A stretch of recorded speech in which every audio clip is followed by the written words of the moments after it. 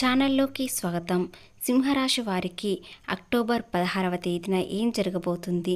ఈ రాశి వారికి కొన్ని పెద్ద కోరికలు నెరవేరబోతున్నాయి. ఇవి ఏ విధంగా నెరవేరబోతున్నాయి, ఎలా వస్తున్నాయి, పూర్తి అంశాలు తెలుసుకునే ముందు మా చిన్న రిక్వెస్ట్ ఏంటంటే ఇంతకుముందు మా ఛానల్ని సబ్స్క్రైబ్ చేసుకోకపోతే సబ్స్క్రైబ్ చేసుకోండి. అలాగే గంట సింబల్ క్లిక్ చేయండి. అదేవిధంగా జై శ్రీరామ్ అని కామెంట్ చేయండి. సింహరాశి రాశి చక్రంలో 5వ రాశి. మక 1, 2, 3, 4 పాదంలో, పుబ్బ 1, 2, 3, 4 పాదములు, ఉత్తర 1వ పాదంలో జన్మించిన వ్యక్తులని సింహరాశిగా పరిగణించబడతారు.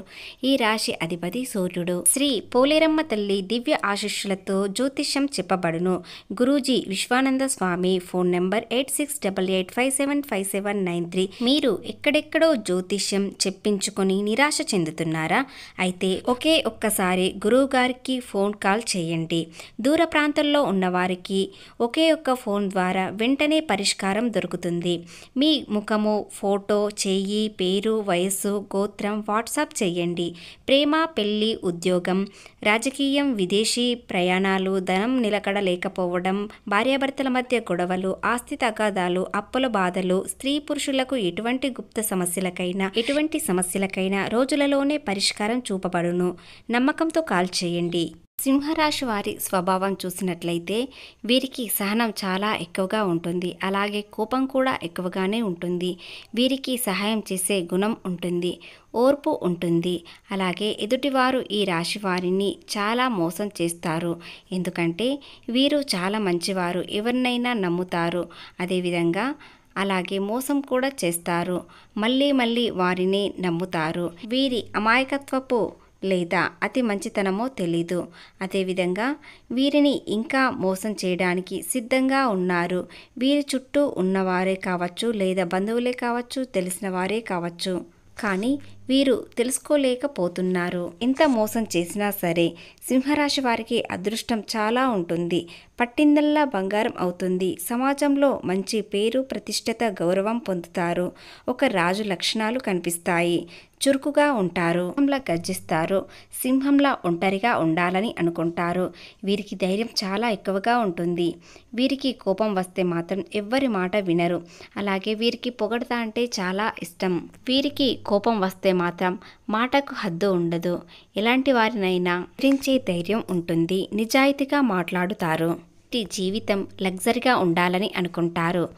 సింహరాశి వారికి కేతువు మరియు శుక్రుడు కలయికల వల్ల కొంత జీవితం తికమకంగా ఉంటుంది. ఎందుకంటే శుక్రుడు అందానికి అధిపతి కాబట్టి, కేతువు వైరాగ్యానికి అధిపతి.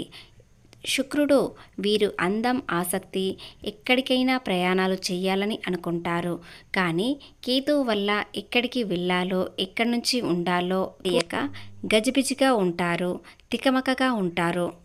ఆధ్యాత్మికంగా ఉండాలని అనుకుంటారు. మరికొంత సమయానికి ఎందుకులే అని అనుకుంటారు. మీ ఆలోచనలు తికమకంగా ఉంటాయి. దర్శన అక్టోబర్ 16 ఉదయం 11 గంటల వరకు మాత్రమే ఉంటుంది. ఈ సూర్యుడు అధిపతి ఉండడం వల్ల అక్టోబర్ 17 వరకు వీరికి సూర్యుడు అనుకూలంగా ఉండడంతో ఆర్థిక పరంగా అధిక లాభాలు పొందుతారు. తర్వాత శుక్రుడు 2వ ఇంట్లోకి రవితో ఉండడం వలన వీరికి కొన్ని తికమకలుగా మొదలవుతాయి. అది ఎలాగంటే ఆర్థిక పరంగా తండ్రితో కానీ లేదా మీ యజమానితో కానీ కొన్ని సమస్యలు ఎదురవుతాయి. అలాగే అక్టోబర్ 17, 16వ తేదీల్లో ఎవ్వరికీ అప్పు ఇవ్వకండి.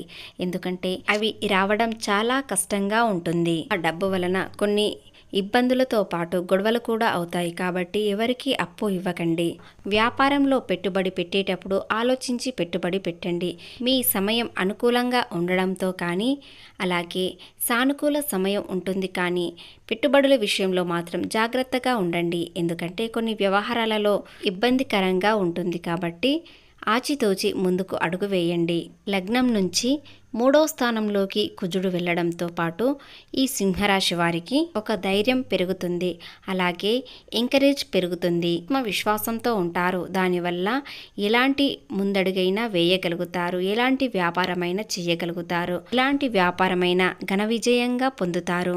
రోజుల్లో మీకు శుక్రుడు అనుకూలంగా ఉండడం వలన చాలా రిస్క్ తీసుకుంటారు. దానివల్ల ఎలాంటి నష్టాలు ఉండవు.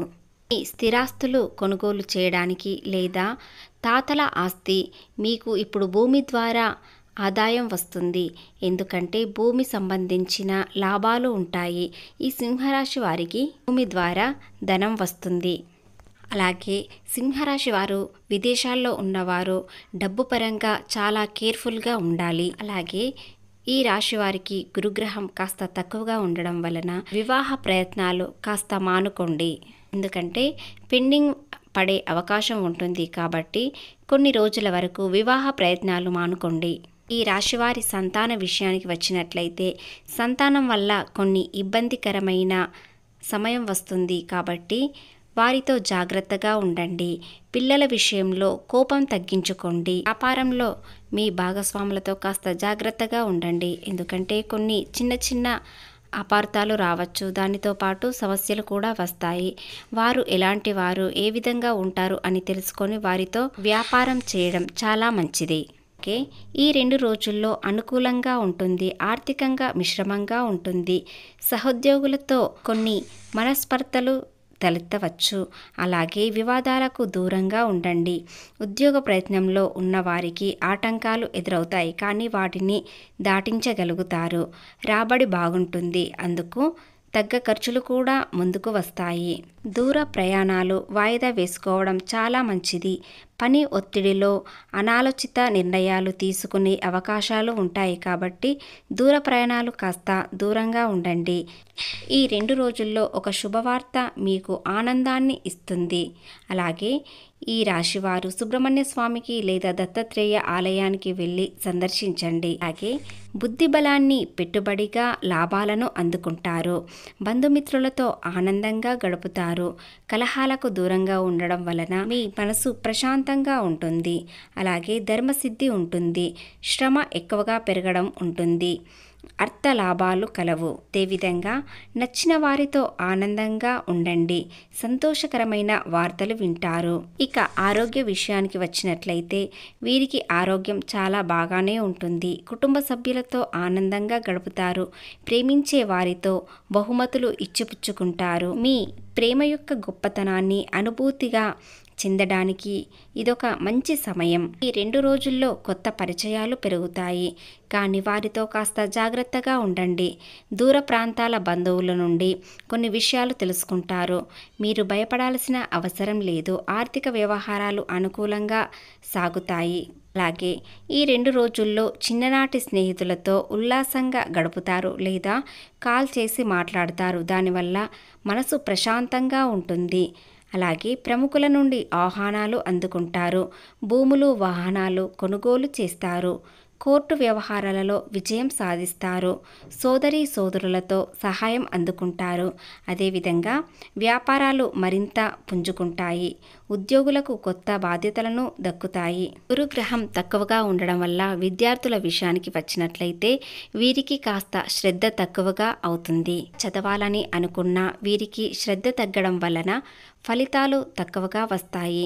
గురుగ్రహం పెరగాలంటే గురువారం రోజున శ్రీ దత్తాత్రేయ స్వామి ఆలయంలో పసుపు రంగు నైవేద్యం పెట్టండి. దానివల్ల గురుగ్రహం కాస్త పెరుగుతుంది.